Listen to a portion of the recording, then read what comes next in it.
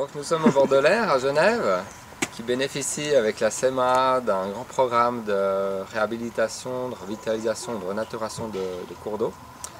L'Aire, il y a 20 ans, était complètement canalisée, avec de l'eau nauséabonde, de très mauvaise qualité qui coulait dans un canal, dans un chenal en béton. Et puis depuis une dizaine d'années, nous avons entrepris un important programme de revitalisation. Sur à peu près 5 km de cours d'eau dans la partie rurale, nous avons entrepris ce programme et un programme qui s'inscrit parfaitement dans le développement durable, puisqu'on va aborder dans ce dossier les trois composantes essentielles du développement durable, à savoir l'économie, le social et l'environnement. Au niveau environnemental, évidemment, on a redonné énormément d'espace à cette rivière.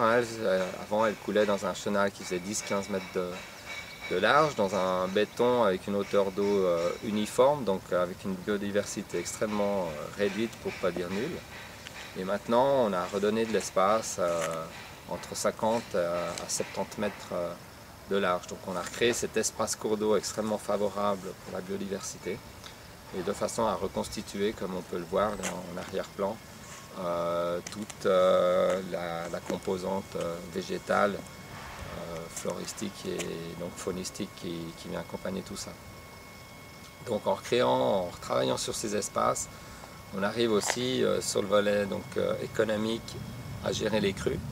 Avant, la rivière sortait de son lit, on va dire, à partir d'une crue de 30 ans de temps de retour. Maintenant, on est au-delà de 300 ans, pour que vraiment on ait des inondations dans la campagne. Donc une très belle protection contre les crues, et notamment pour des villages, parce qu'on a quand même fait une différenciation en ce qu'on protège maintenant, entre la zone agricole et le village de Lully, qui a été inondé, comme vous le savez, en 2002. Et puis, nous l'avons accompagné aussi avec une grande composante sociale, puisque nous avons fait une promenade assez généreuse qui est très appréciée des Genevois et notamment des riverains des communes de Berny-Certout et Bernay dans lesquelles on se trouve.